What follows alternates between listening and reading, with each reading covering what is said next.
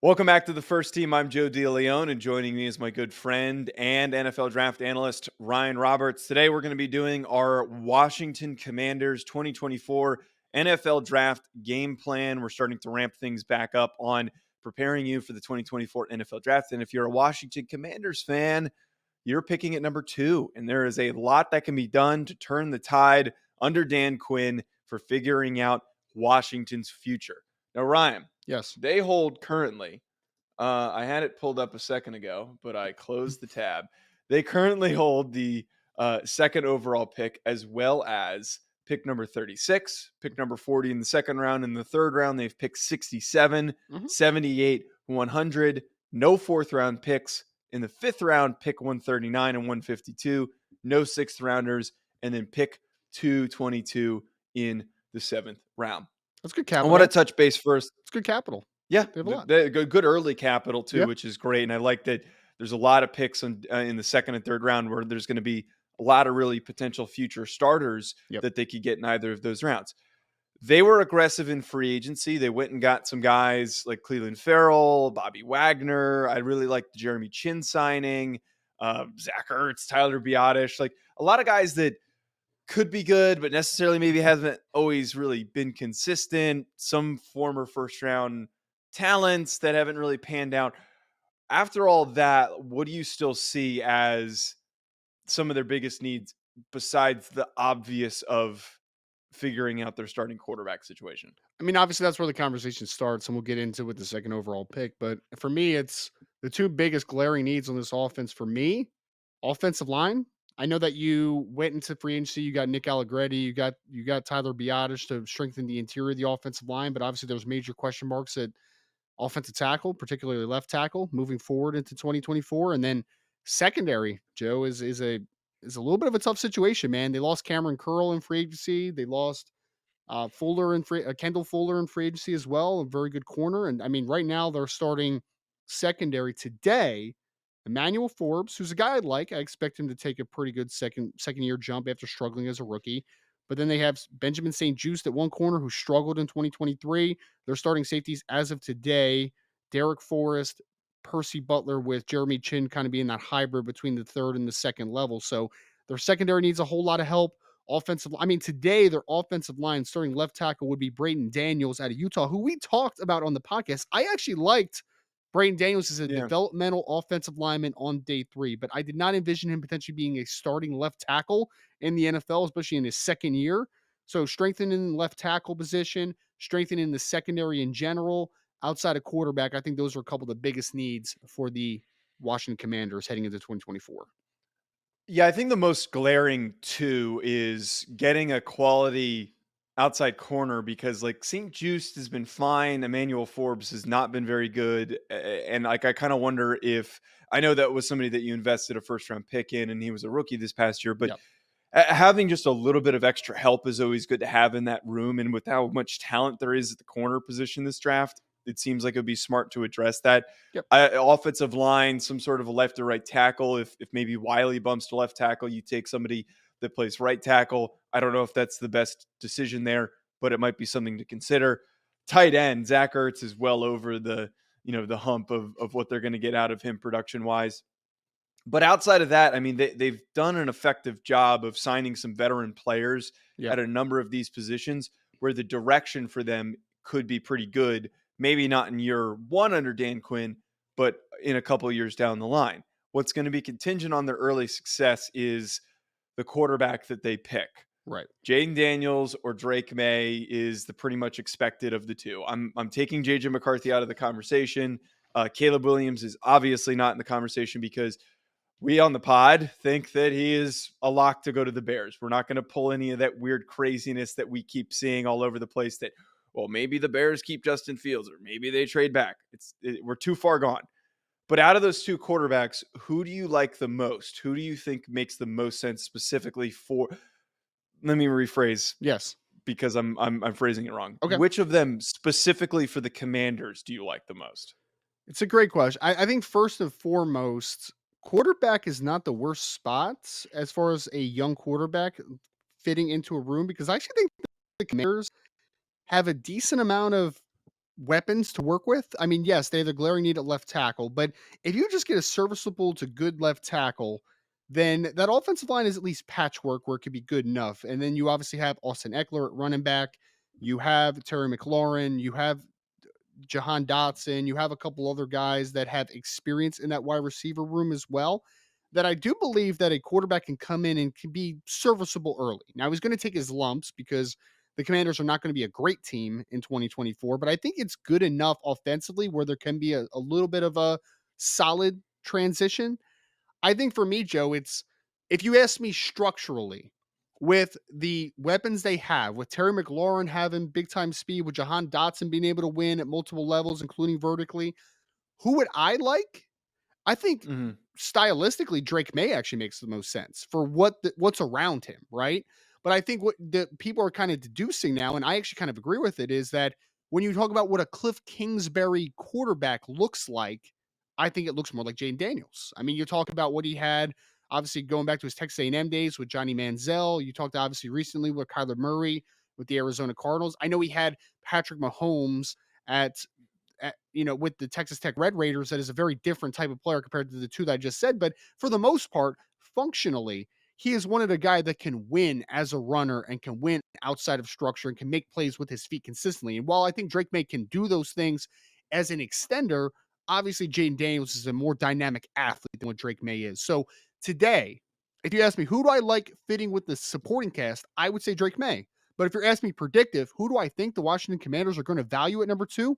I actually think it's going to be Jayden Daniels. That's my pick for who's going to be the number two overall pick. BetOnline remains your top spot for all of your live betting action and contests. NFL, college football, UFC, NHL are all in full swing. BetOnline is your number one source for wagering news, odds, trends, and predictions with both desktop and mobile access at any time. Head to BetOnline today and use promo code BELIEVE, that's BLEAV, for 50% off your first deposit. That is a 50% welcome bonus. Bet online where the game starts. Yeah, I'm all in here on this being Jayden Daniels because of what you just talked about there with Cliff Kingsbury. The and we don't know if the version of Kingsbury's offense is going to be exactly what it's been in the past. There's always going to be some sort of input from a head coach on how things are going to actually work.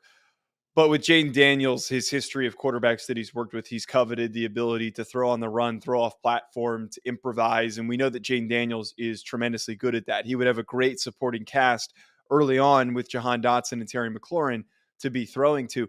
I also think, though, and I don't like this isn't really like a long-term outlook type of a decision, but of the two guys that we're talking about here with their offensive line still being figured out, I feel like I'd feel a little bit better if I'm the Commanders while they're still trying to get a more well-rounded, bolstered group to have a guy who we know that can evade pressure. Now there Right. is the double side of the conversation with Jayden Daniels, who is not the best at protecting his body because he's very aggressive and does not like to slide. Is this a good situation for him to go to? Is Right. he somebody who could get hurt early because the offensive line's not good and he makes a wrong decision to try and evade a tackle or power through a tackle instead of just sliding?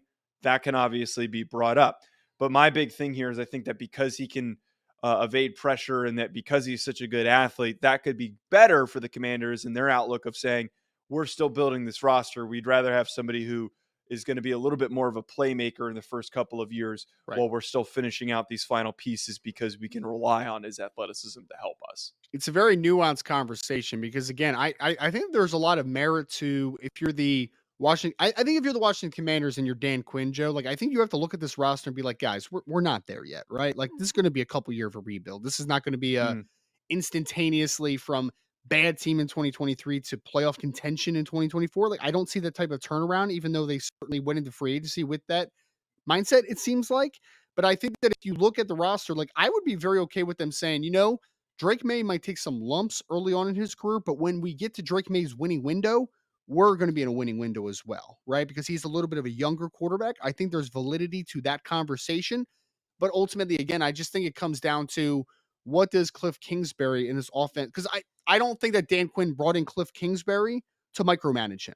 I don't believe that. Dan Quinn is a Yeah. defensive minded head coach, and I think he is going to let Cliff Kingsbury, who's a little bit of an ego to him, do his thing offensively and make his decisions.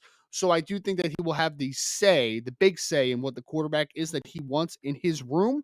And I think that ultimately is going to be Jayden Daniels because of a lot of the same things you said, the ability to win outside of structure, the ability to win off platform. But I think that dynamic ability is also something that Washington Commanders fans who have been struggling the last couple of years as a fan base can get a little bit excited about. Now, I am juiced up at the thought of for the Commanders that they have the capital in the 2 rounds Yep. where they're going to be able to win tremendously. And this is a rare draft class where there's a lot of really good guys Hmm. in rounds 2 and 3 that could go on to be great starters in the NFL. This is on we're not going to see a lot of draft classes like this that are built this way, that there are this many top 100 quality guys, some that could slide outside of the top 100 picks. Yep. As I mentioned, pick 36 and pick 40. That to me, those feel like two great opportunities for them to still pick one of the offensive linemen that's on the board, whether it's Kingsley Somatea, whether it's Tyler Guyton, who might still be there. Um, I know that they've got center figured out, so they're probably not going with a Zach Frazier, Right. but they also could end up getting someone like Cam Hart in that range. Maybe that's pick 67 in the third Right. round. I Right. love bringing up TJ Tampa in this pick range. I love the idea of them being able to having those needs, and maybe this is why they didn't address it in free agency, looking at the draft and realizing that there's a lot of good talent at those position groups that they could address on day 2.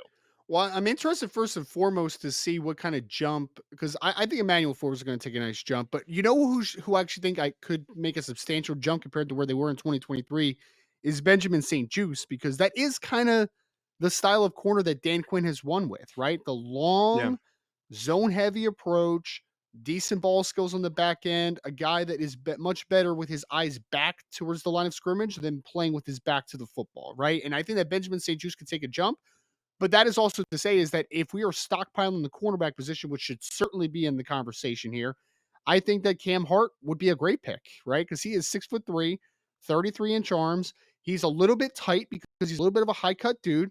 So in a cover three heavy system, which Dan Quinn has done a lot of, I know he's been a little bit more man heavy the last year or so, but he still is traditionally a cover three heavy team, right? So that with that defensive scheme in mind, I think Cam Hart would make a lot of sense. I think TJ Tampa would make a lot of sense. And I really think that you will have an opportunity to get an offensive tackle early on day 2 because we have talked about it.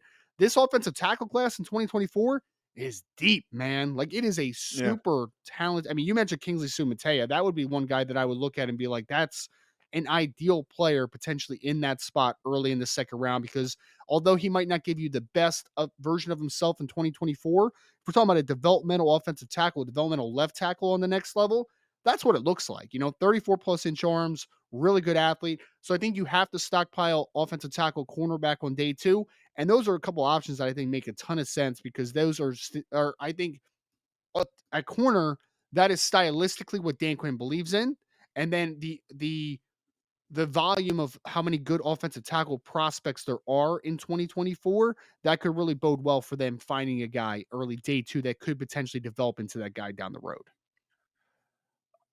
Man, it's kind of interesting to like really talk about a team specifically like the Commanders because like they have so many options available to them because they have Yeah. 5 day 2 picks. Like that is Well, absurd how many day 2 picks that they have. They could take a second quarterback if they wanted to. I'm obviously joking that they're not going to do that, but they could take any of these positions that they don't really deem as a need because mhm. they're in this spot with all this day 2 capital. Yeah.